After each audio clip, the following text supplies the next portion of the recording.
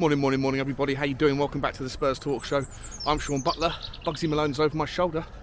This is episode 164 of Tottenham Walks, and it's February the 22nd, the Wednesday version of that particular day. What's crack-a-lacking, people? I hope you're happy and healthy doing the things you love. Please do me a favour, smash the like button, smash the subscribe button, smash the notification bell, and smash a comment.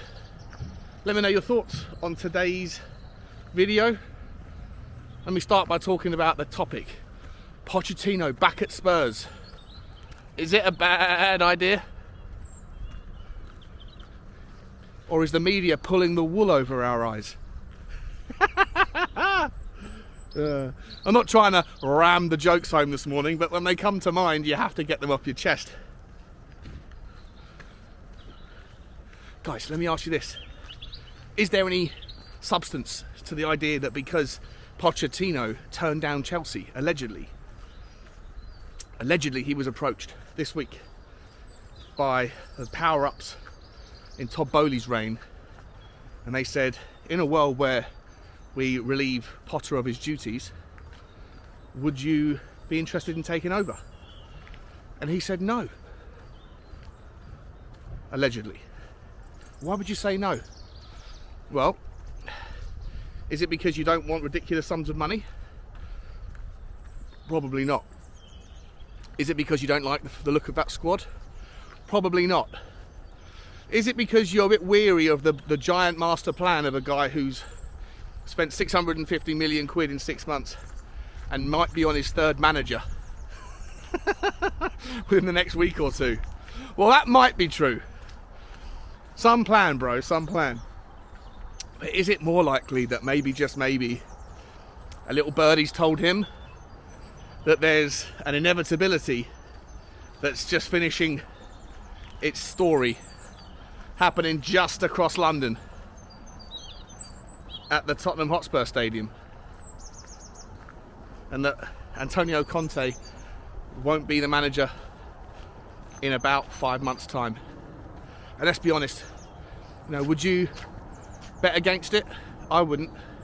All of the ITKs and the insiders and the aggregators and everybody else, the journalists, they're all saying the same thing. I usually take it all with a pinch of salt, but the arguments that they push forward as to why Antonio Conte's time at Tottenham is limited is pretty compelling, right? We know that he comes across as fairly homesick.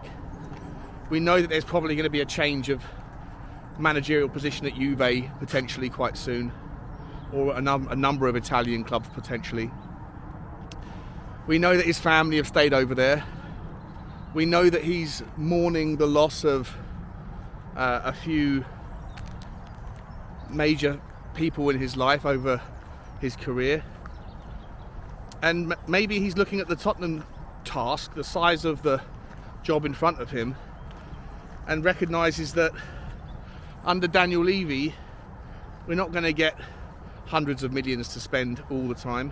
We have to live within our means, and yet we're competing next season at least with, well, at least 3 clubs that are run by oil nations, by the way, with limitless wealth, and at least another club who's acting like one in Chelsea.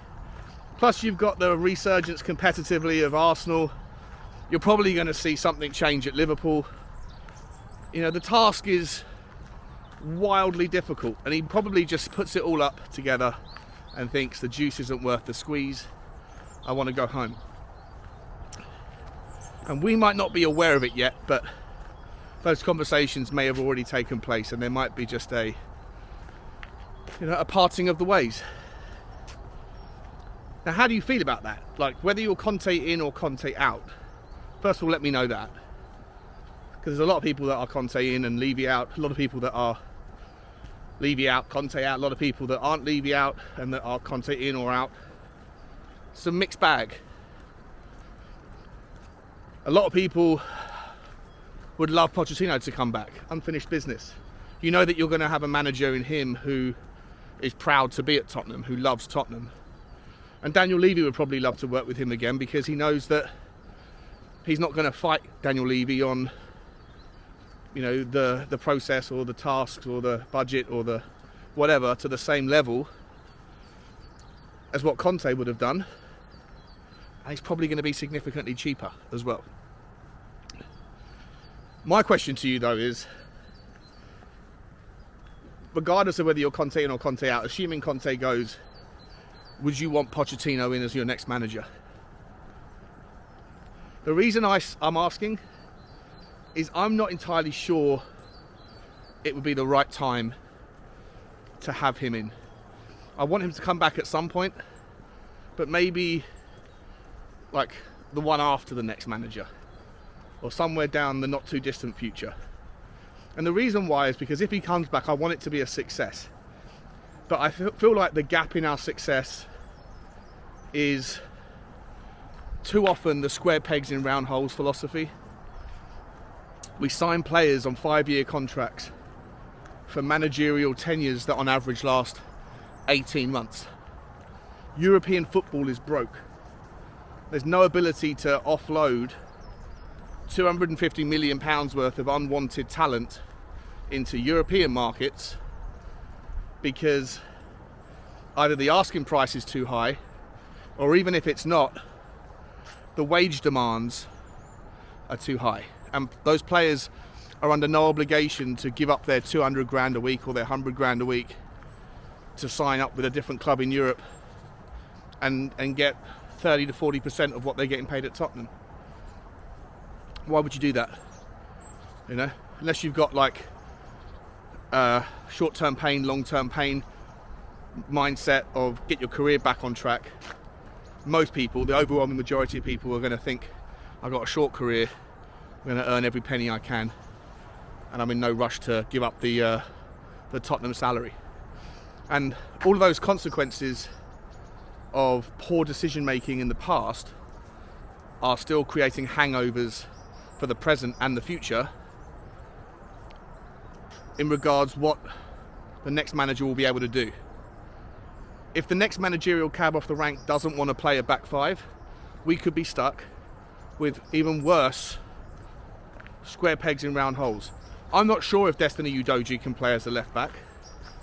I'm really have my sincere doubts about whether Pedro Porro can. And in terms of centre backs, there's massive differences between people that can play in a back three and a back two. Harry Maguire is capable in a back three. He can't play in a back two. Eric Dyer can't play in a back two, can occasionally play in a back three. I mean, Ben Davies, we thought, was a left back, couldn't really handle it, moved into the left-hand side of a back three, was okay, he was fairly consistent, a solid 6.5, 7 out of 10 every game. Didn't think he had much more sort of strings to his bow. And then we saw against West Ham, maybe he does, maybe he can be the answer in the short term at left wing back, but there's only a 1 game sample size there. So my concerns are that if Pochettino was to come in and wants to play a back four, does he have the squad for it?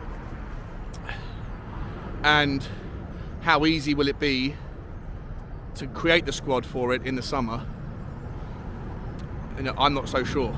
With all of the short-term and long-term trading liabilities we have, with the unknowns around whether the players we've signed can adapt. It's not to say Pochettino can't play a back five. He has played with a back three, a back five, whatever you want to call it, but it's not his go-to philosophy. The overriding arch for me is that if you are going to transfer away from Conte, then you now need to put in place that philosophy of, from now on, every manager that we sign is going to stick to the Tottenham philosophy. You're going to have, front foot, attractive football at the heart of your style as a manager. And in an ideal world, you'd also keep to a somewhat similar system when it comes to the formation that they employ to play that football. To the point where if the next manager doesn't work out because of whatever number of reasons, that the manager after that, even if there is a tier 1 manager by brand and by name and by historical successes available, like a Mourinho or a Conte kind of figurehead, but he doesn't play that philosophy, doesn't play that style of football, doesn't play those formations, then you would gloss over that and go for the second tier manager who is available, who continues the philosophy. Because I think one of the biggest problems for Tottenham Hotspur is this inability to find players that you can sign that consistently fit each manager's philosophy. When you sign players for 5-6 year contracts and they play under 4 different managers under that time, it's very unlikely that they're going to be good fits for all of the managers, unless they're either elite players that Tottenham don't traditionally go after because we can't traditionally afford them, or unless the managers stick to the same philosophy. And so for me, philosophical consistency should be the backbone of a football club like Tottenham Hotspur. Because if you do that correctly and you stay within the same remit and mandate with the way that your managers set your team up, then you're going to have less misspend with the players that you purchase. Horses for courses won't necessarily be an analogy that you have to remind people of all the time, because the players that you sign come in for the system, and the manager then comes in and adapts his system to fit the overall agenda of the football club, which to me sounds like a lot more logical than having what we currently have right now, which is 1 million square pegs for 1 million different round holes, and a manager who comes in and expects the squad to adapt to his system rather than his system adapting to the squad. Let me know your thoughts, guys. Like, share and subscribe. I'll see you tomorrow. Take it easy as always. Bye bye.